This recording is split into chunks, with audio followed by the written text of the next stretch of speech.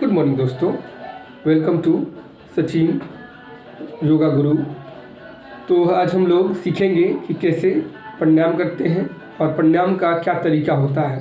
सबसे पहले एक स्ट्रेट अवस्था में बैठ जाएंगे, यानी कि अपने बॉडी को एकदम सीधी अवस्था में रख लेंगे ताकि हमको प्राणायाम करने में कोई तरह की दिक्कत महसूस ना हो। तो चलिए शुरुआत करते हैं हम लोग अनुलोम विलोम से। अनुलोम विलोम क्या है और ये आपको शरीर में किस तरह का फ़ायदा आपको देगा, ये हमारे शरीर को किस तरह से लाभान्वित करेगी, इसके बारे में थोड़ा हम जानेंगे। इसके बाद इसको शुरुआत करेंगे। अनुलोम विलोम करने से हमारी अंदर ऑक्सीजन की मात्रा बढ़ जाती है, ऑक्सीजन का लेवल हम लोग के अंदर बढ़ जाता है, क्योंकि हमारे शरीर का संचालन जो है ऑक्सीजन से ही होता है। क्योंकि हम अपनी श्वास को अगर जब लेते हैं तो ऑक्सीजन इनहेल होता है, ऑक्सीजन जाता है और हमारे सारे बॉडी को संचालन में एनर्जी प्रदान करता है, ऊर्जा प्रदान करता है।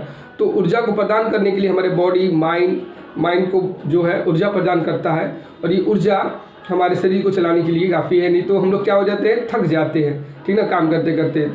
और इसलिए ये ऊर्जा बहुत ज़रूरी है।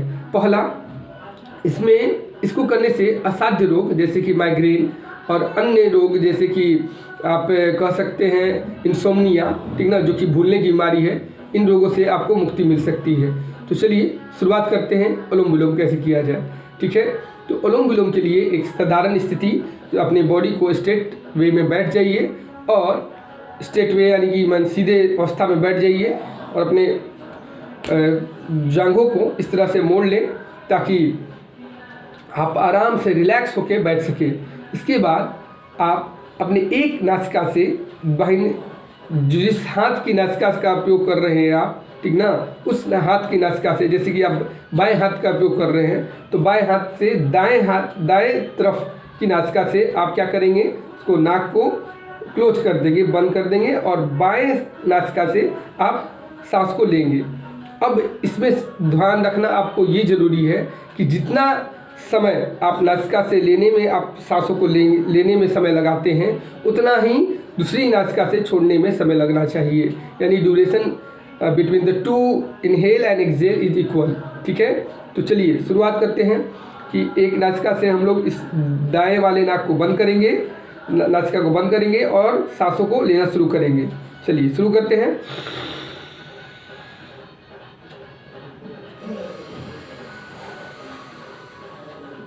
यानी दूसरी नासिका से छोड़ देना है,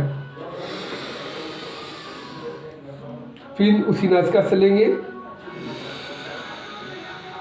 दूसरी नासिका छोड़ देंगे।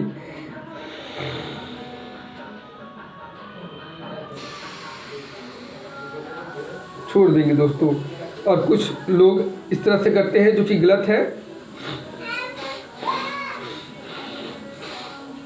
अगर चाहे आप तो इस हाथ का भी प्रयोग कर सकते हैं, अपने दाएं हाथ का भी प्रयोग कर सकते हैं। अब दाएं हाथ से और बाएं हाथ की नासिका को आप क्या करेंगे, क्लोज करेंगे पहले, और दाएं नासिका से आप सांस को लेंगे।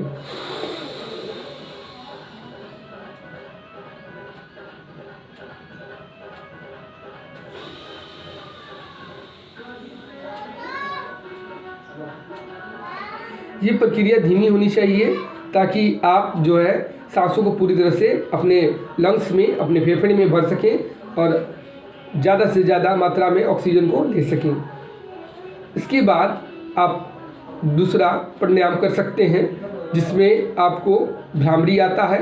भ्रामरी माइग्रेशन और इंसोम्निया का बहुत अच्छा, इसको क्योर करने के लिए बहुत अच्छा प्राणायाम है। तो चलिए हम लोग भ्रामरी करते हैं। भ्रामरी करने के लिए अपने हाथों को रब कर लीजिए ताकि आपका हाथ थोड़ा सा गर्म हो जाए ठंडे के दिनों में। और आप भ्रामरी के लिए इस तरह से अपने दो उंगलियों को यहाँ और इसको क्लोज कर ले, और एक उंगली को ये हेड पे रख ले, दो उंगली आई पे, एक उंगली हेड पे और एक उंगली नाक कान पे। कान को क्लोज करके ओम का उच्चारण करें ताकि आपके दिमाग को वो शांति प्रदान करें और आपका दिमाग तेज हो सके। गहरी सांस लेंगे, इसके बाद आप ओम का उच्चारण करें। ओम।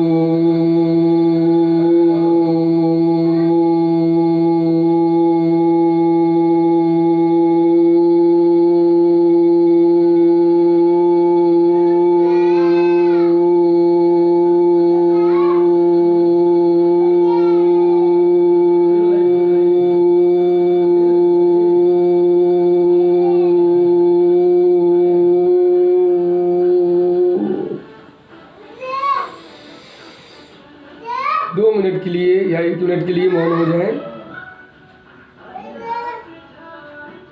और परमात्मा से आप अपने माइंड को कनेक्ट करें और शांति हो जाए एकदम। धीरे धीरे अपनी आंखों को, नेत्रों को खोलें। आपको कैसा फील हो रहा है दोस्तों, ये कमेंट बॉक्स में ज़रूर कमेंट करें। धन्यवाद।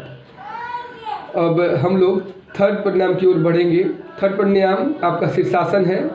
अगर आप प्रतिदिन कर लेते हैं शीर्षासन, तो समझ लीजिए कि आपके माइंड की बहुत सारी, यानी कि दिमाग की बहुत सारी जितनी भी बीमारियां हैं वो दूर हो सकती हैं। तो चलिए शीर्षासन करते हैं। शीर्षासन करने के लिए आपको सर के बल खड़े हो जाने की प्रवृत्ति करनी होती है। इसमें आप ऐसे करके पहले धीरे धीरे इस तरह से इस अवस्था में बैठ जाए और इसके बाद अपने